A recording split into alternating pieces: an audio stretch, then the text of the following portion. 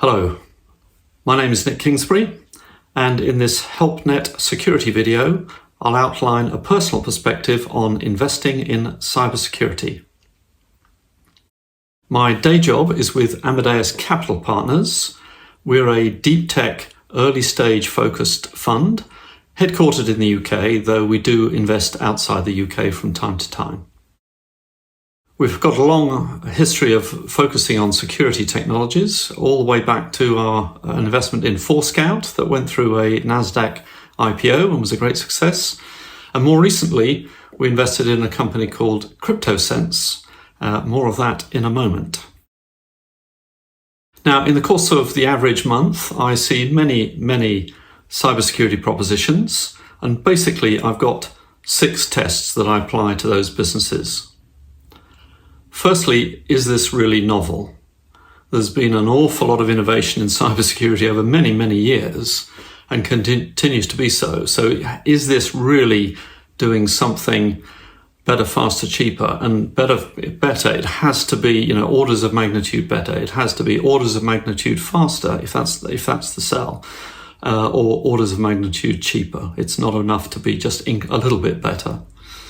Secondly, is this a business or is it a feature? Sometimes innovation is something that sort of sits on the side of something else, and you can create a business around that, but not necessarily a really large business. And the sorts of things we're looking for are other things that can be really large businesses and with great outcomes, or as IPOs or what have you. The third area is around the market. Now, cybersecurity is a perennial problem, and it's for organizations large and small, so it's not often an issue, but sometimes we see things where perhaps they were crafted for a government customer and you struggle to see how they'd translate to the commercial world. So again, the market size continues to be important. The fourth area really is around the team, and any investment, any investor will say they principally back management teams, and that's not only to look at that cool product that is being presented to you today, but also can this team innovate over the many months and years to come such that they can maintain their advantage in the market.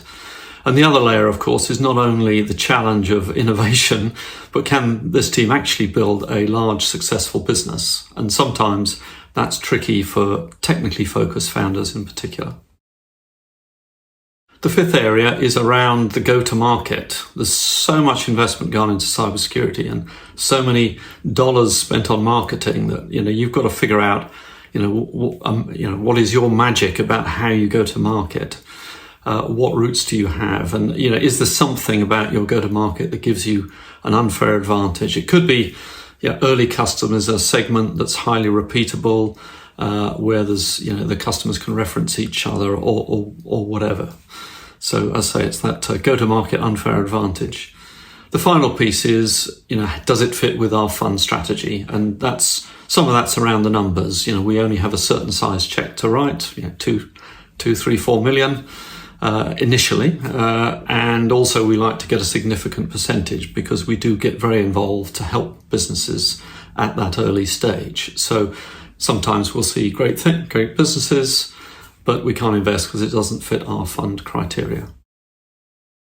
So what sort of things do I like these days? Well, I think things to do with privacy continue to be really interesting, whether it's homomorphic encryption, trying to solve the problem of not having to decrypt data as often, or whether it's privacy around video. And in fact, we're very fortunate to have an investment in a business called Pimlock that allows you to redact personally identifiable information in video, notably people's faces, but also things like number plates and other entities as well. And they not only have got fantastic technology that appears to beat anything else out there, but also, frankly, the market is helping them in that the concerns around privacy are growing. And of course, the amount of video captured is just going through the roof everywhere you look. So that's the first one. Secondly, it's things that meet problems that haven't been addressed before. And this is a tricky one to give examples, but it's it's less about incremental improvements and more about nobody's spotted this one. And sometimes you'll find teams that have been in the sector have got that sort of understanding of problems that nobody else have quite spotted to date. The third area is around the go-to-market advantage. There's a business I was involved in with before Amadeus called SensorNet, and they've taken the decision to go exclusively through a partner channel, and that really has helped them. They've got a fantastic set of products and really good connections in the distribution networks around the world, and that's really propelled them. So that's the sort of go-to-market advantage, which I think is really interesting. The next area of interest is IoT, Internet of Things, security. It's a massive issue, and I don't think it's really been addressed and solved to date. It's really hard because they are things and they are out there, and they're often hard to get to physically, as well as hard to update the software if you've got an agent that sits on a piece of equipment. But I think that's a really interesting area. I did see one proposition recently, which was a business that was recording a database of all the vulnerabilities of practically every IoT device you could think of. And whilst they were not able to fix those devices, they could at least forewarn you and actually help you configure your network such that malicious traffic wouldn't get through to a vulnerable device. So an interesting proposition. The final area is the whole post-quantum move, in that quantum computers will be able to crack the cryptography that we have in place today. And so therefore, new models are required. And this is an area of great interest. It's not a present problem in that quantum computers are not available for sale today, but in the next few years, they will be. And one of our companies, CryptoSense, is a critical component of that journey.